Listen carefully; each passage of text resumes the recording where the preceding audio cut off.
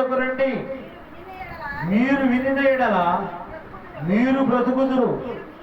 చాలమ్మా. ఇక్కడ ఏముందంటే మీరు వినిన ఎడల మీరు బ్రతుకుదురు. బ్రతుకడం అని అంటే అర్థం ఏంటి? జీవించడం.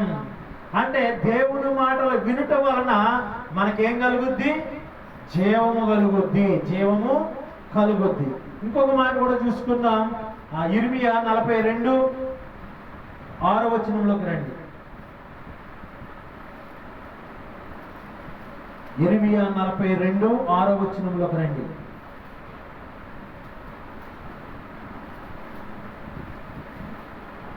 మాకు మేలు కలుగునట్లు మేము మన దేవుడైన యెహోవా మాట వినిన వారమై. చాలండి. ఇక్కడ ఏమంటున్నాడంటే మాకు మేలు కలుగునట్లు. మేలు, దేవుడు మాట వింటే ఏం కలుగుద్ది అంటమ్మా? మేలు కలుగుద్ది. చాలాసార్లు అంటూ ఉంటాం కదా, అరే నా మాట ఇంటికి వచ్చి నాతో పాటు సాయానికి రావంటే నాకేంటి మేలు, నాకేం మేలు కలుగుద్ది చెప్పు, నాకు ఉపయోగం ఏంటి అని అంటాం. అంటే ఉపయోగం లేదే ఈ రోజుల్లో ఎవరు కూడా మనకి సహకారులుగా ఉండరు. అయితే యేసయ్య వాక్యము అనగా దేవుని మాటలు వినుట వలన మనకి ఏం కలుగుద్దట? ఏం కలుగుద్దని?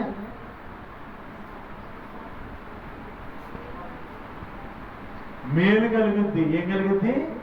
మేలు కలుగుద్ది. మేలు అనగా అర్థం ఈ లోకములో జీవించినంత కాలంలో ఆయన మీద ఆధారపడితే, ఆయన మీద డిపెండ్ అయి నడుచుకోగలిగితే, ఆయన వాక్యములో నిలవగలిగితే, ఆయన వాక్యములో మన హృదయంలో పెట్టుకోగలిగితే పాపము మనలో నుండి దూరముగా పారిపోతుంది. దేవుని వాక్యాలు ఎవరి హృదయాలలో ఉంటాయో వారు పాపము చేయగలుగుతారా? పాపము చేయలేరు.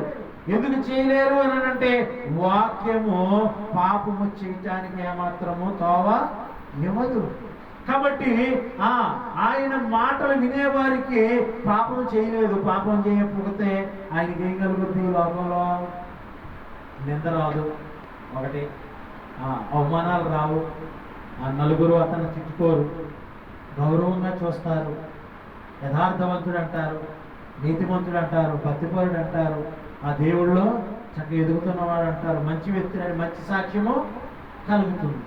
ఈ మంచి సాక్ష్యము దేవుని కృపను బట్టి మనకి ఎలా దొరికింది అని అంటే వాక్యము చదువుట వలన.